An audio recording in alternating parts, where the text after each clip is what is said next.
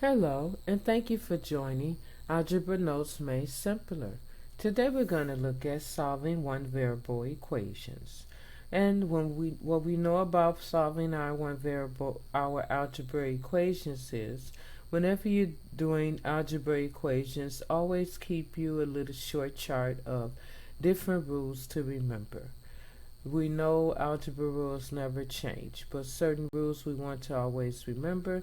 We do understand when we're multiplying fractions, we multiply straight across. We remember when we're dividing fractions, the second term we flip upside down and we multiply, which is called its reciprocal, and then we multiply straight across.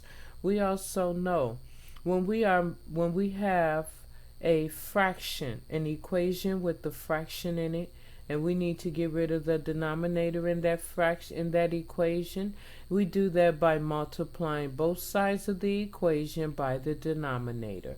When we multiply both sides of the equation by the denominator, on this side the denominator will cancel out, leaving just the numerator, bringing down the equal sign, and the answer becomes the original answer multiplied by the denominator. That is how you get rid of the denominator in an equation. If you have a coefficient attached to your variable and you need to get rid of your coefficient, you do that by dividing your coefficient off of your variable. When you divide your coefficient off the variable, the coefficient will cancel out, leaving just the variable, and your answer is now your answer divided by that variable. Okay, also remember, whenever you're doing equations, if you ever have a fraction for your final answer and the numerator of that fraction is 0, your whole equation becomes 0. If the numerator is 0, the whole equation becomes 0. On the other hand, if you're doing an equation and your final answer has a 0 for the denominator, then your whole equation is considered undefined. It is not 0, it is considered undefined. If your final answer is a fraction and that fraction has a 0 for denominator, then that answer is considered undefined. We also remember when we are multiplying, if we're multiplying positive numbers together, positive times positive is a positive answer. If we're multiplying two negatives, negative times negative will give us a positive answer as well. We do know if we multiply positive times negative or negative times positive, we will get a negative answer. With that being said, let's go for solving this variable equation here. As we can see, we are told here to always do our parentheses first. No matter what equation you have, always distribute what's outside of your parentheses to every term inside of your parentheses. That must be done first. That is called distribution, and you must do your distribution first. So let's do that with these parentheses. The coefficient outside will be distributed by multiplying all terms inside the parentheses.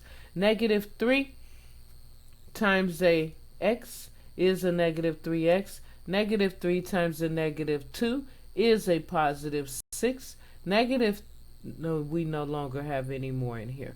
So we currently have negative 3x plus 6. Bring the negative 5 straight down. It's not in the parentheses, so it do not get multiplied by 3. Just bring it straight down. Bring down your equal sign and bring down your negative 11. Now we're going to combine like terms. There's no other term here like this x term except for the x. So that would just come straight down, negative 3x.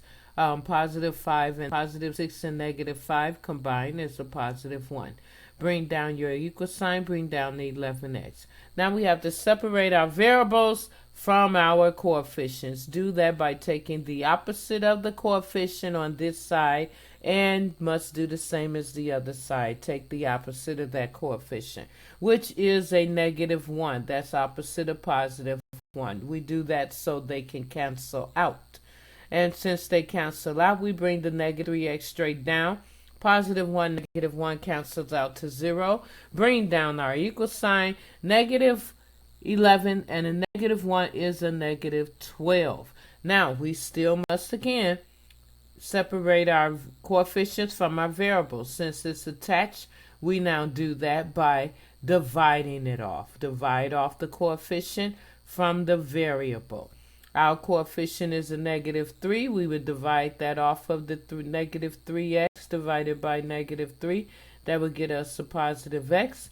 And a negative 12 divided by negative 3. That would give us a positive 4.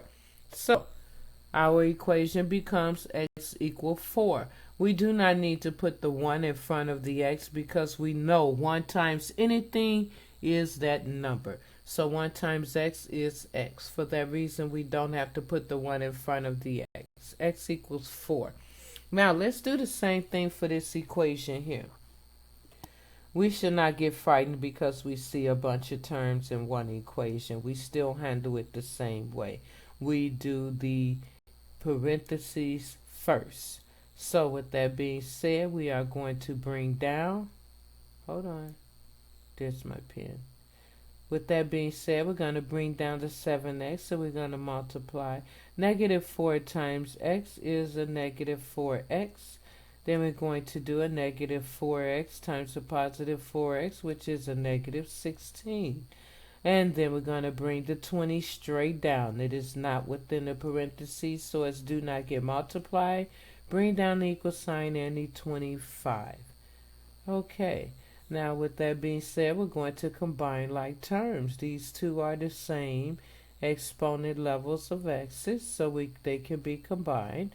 We have a positive 7 minus a positive 7x minus a 4x, and that gives us a 3x. We have a negative 16 with a positive 20, and that gives us a positive 4. Bring down the equal sign and bring down 25. Now we are separating our variables from the coefficients here. But do that by taking the coefficients opposite, which is a negative 4. If we do it on that side, we must do it on this side as well. Okay, and taking the opposite, we bring the 3x straight down. Positive 4 and the negative 4 cancels out to 0. Bring down our equal sign. 25 minus 4 is 21. Now we have to do it again. This time we are separating the coefficient from the variable, but we have to do it by dividing it off now because they are attached. Divide off that coefficient. And we do it on that side, we must do it on this side as well. So 3x divided by 3, that leaves us with a positive x. 21 divided by 3 equals 7. So with this equation, we know no matter how long it was still simple to solve, and it was x equals 7. Now, even when we have variables outside of our parentheses, it does work the same way. We don't panic because we see a bunch of variables. We handle it the exact same way as we would if they were numbers. So let's do this equation. And this is a y, parentheses, y plus 2, parentheses, minus 3, parentheses, y plus 4, parentheses, equals y, parentheses, y plus 1, with parentheses around them. Okay, let's handle it the same way. What we do know is when you are multiplying variables, you are to add the exponents. When you are multiplying variables, you add the exponents. If you do not see an exponent next to a variable, it's just like not seeing the number 1 in front of the variable. Why? Because it's understood it's already there. We know 1 times x is x, so you don't need the x there. We also know y to the first power is y, so you don't have to put the y there, the number 1 there. It's understood that it is there. And when you are multiplying variables, you add exponents. So y times y is y squared. Y times a positive 2 is a positive 2y. Negative 3 times y is a negative 3y. Negative 3 times a positive 4 is a negative 12. And bring down the equal sign.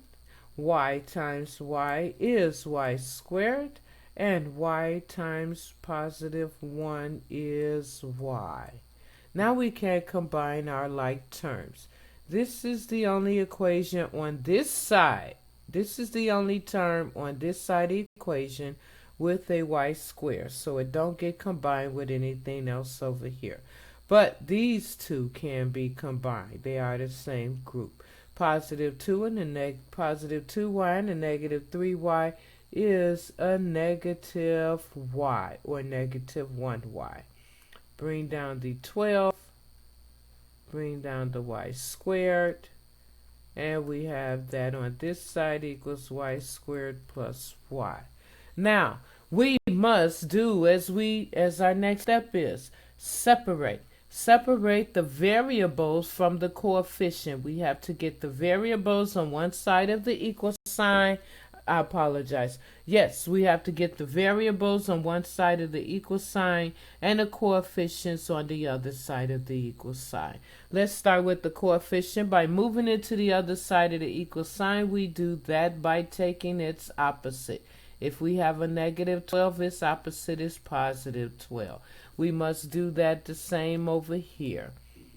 Okay, now we have the new equation, y squared minus y.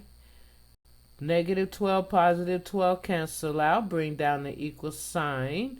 So now we have positive y squared plus y plus 12.